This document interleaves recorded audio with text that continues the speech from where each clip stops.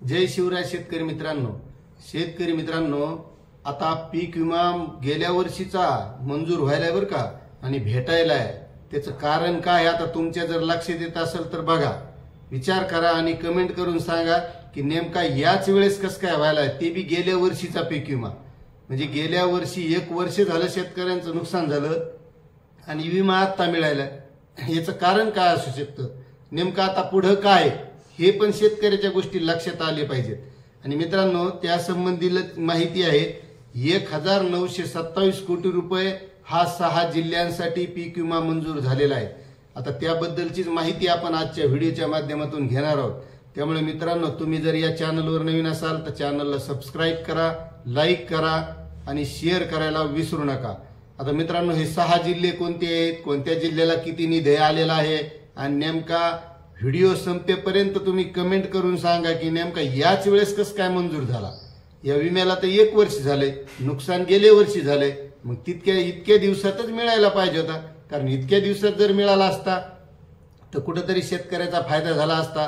शेतकऱ्याचे जे नुकसान झालंय, शेतकऱ्याच्या शेतीसाठी ते पैसे कामी आले असते। बी बियाणे असेल, खत असेल, ज्या काही शेतकऱ्यांच्या गोष्टी आहेत त्या कोणत्याही गोष्टीला शेतकऱ्याने हे पैसे खर्चिले असते। पण 1 वर्ष झाले, नेमकं ह्याच वेळेस कसं काय मंजूर व्हायला, त्याचा तुम्ही विचार करा आणि कमेंट करून सांगा।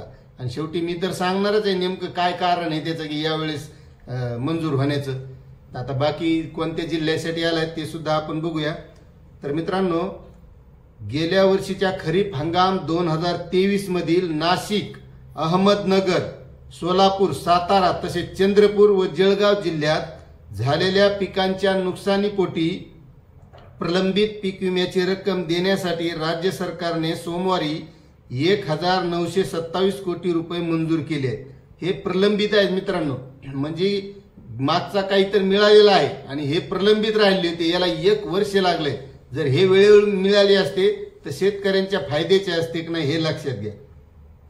आता लवकरच संबंधित जिल्ह्यातील शेतकऱ्यांना त्यांच्या पीक विम्याची नुकसान भरपाई बँक खात्यावर जमा होईल, अशी माहिती कृषी संचालक विस्तार व प्रशिक्षण विनय कुमार आवटे यांनी दिलेली आहे। आणि मित्रांनो, पीक विमा योजनेत गत वर्षीच्या खरीप हंगामात पिकांच्या नुकसानीपोटी शेतकऱ्यांना सुमारे 7,621 कोटींची नुकसान भरपाई मंजूर केलेली होती। आता त्यामध्ये कोणत्या जिल्ह्याला किती झाली हे तर आपण सविस्तर बघणारच आहोत। त्यामध्ये पीक विमा योजना राज्यात बीड पॅटर्नवर आधारित राबविण्यात येते। म्हणजेच आता हे बीड पॅटर्न सुद्धा काय बघा, ज्या ठिकाणी पीक विमा हप्त्याच्या 110% जास्त नुकसान झाले आहे त्या ठिकाणी 110% विमा कंपनी नुकसान भरपाई देते, तर त्या पुढील नुकसान भरपाई राज्य शासन शेतकऱ्यांना देते। या तत्वानुसार खरीप 2023 हंगामातील मंजूर 7,621 कोटी रुपयापैकी विमा कंपनी मार्फत शेतकऱ्यांच्या बँक खात्यावर आतापर्यंत 5,669 कोटी रुपये जमा करण्यात आले आहेत।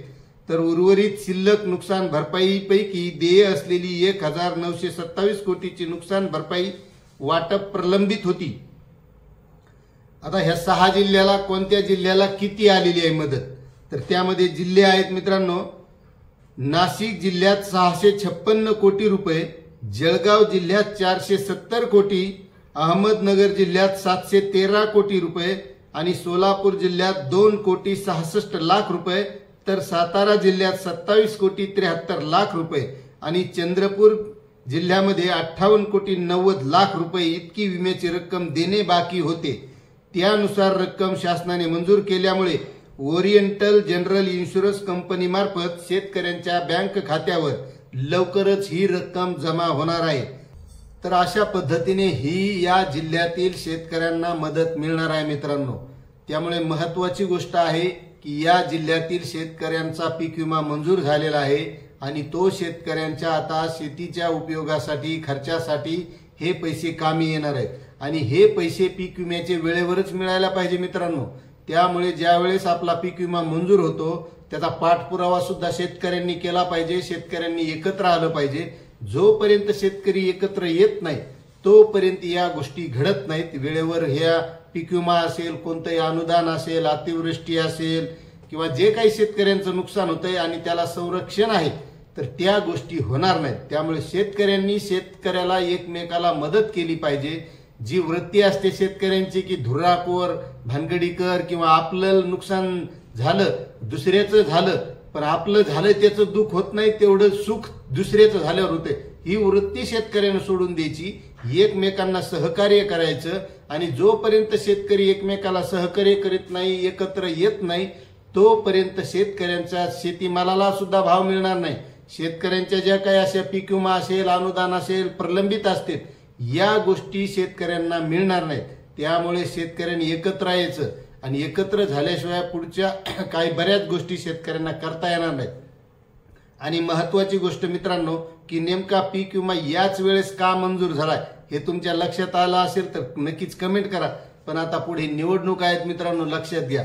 या निवडणुका आहेत आणि सरकारला या माध्यमातून हे सांगायचे की आम्ही पीक विमा दिला म्हणजे उद्याचा भयानक प्रचार होणार की आम्ही पीक विमा दिला, आम्ही अनुदान दिलं, आम्ही हे दिलं, आम्ही ते दिलं, पण वेळेवर का दिलं नाही हे लक्षात घ्या. त्यामुळे इथून पुढे शेतकऱ्यांनी सुद्धा लोकप्रतिनिधीला हे प्रश्न विचारले पाहिजेत की तुम्ही हे वेळेवर का दिलं नाही. आणि कोणता लोकप्रतिनिधी शेतकऱ्याच्या मालाबाबत त्या विधान भवनात बोलतो, कोणताही आमदार बोलत नाही, कोणताही मंत्री बोलत नाही. बघा तुम्ही कोणत्याच आमदाराने शब्द काढलेला नाही शेतीमालाच्या भावाबाबत.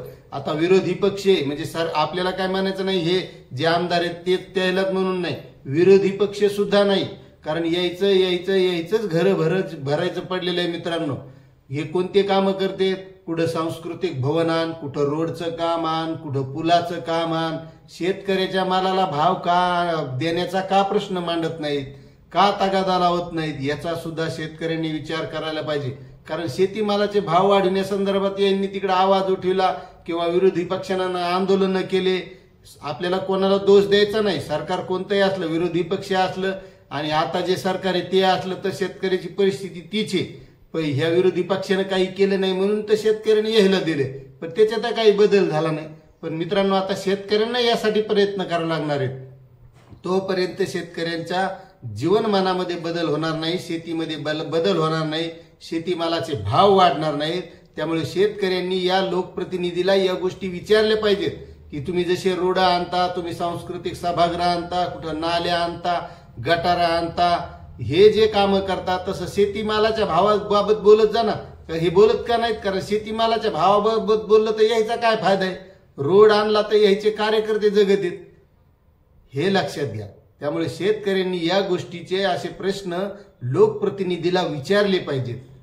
मित्रांनो आता जी माहिती आपण घेतली की या शेतकऱ्यांना या जिल्ह्यातील विमा मंजूर झालेला आहे, तर ही माहिती आपल्याला कशी वाटली नक्कीच कमेंट करून कळवा. चॅनलवर नवीन असाल तर सबस्क्राईब करा, लाईक करा आणि इतरही शेतकरी बांधवांना शेअर करायला विसरू नका.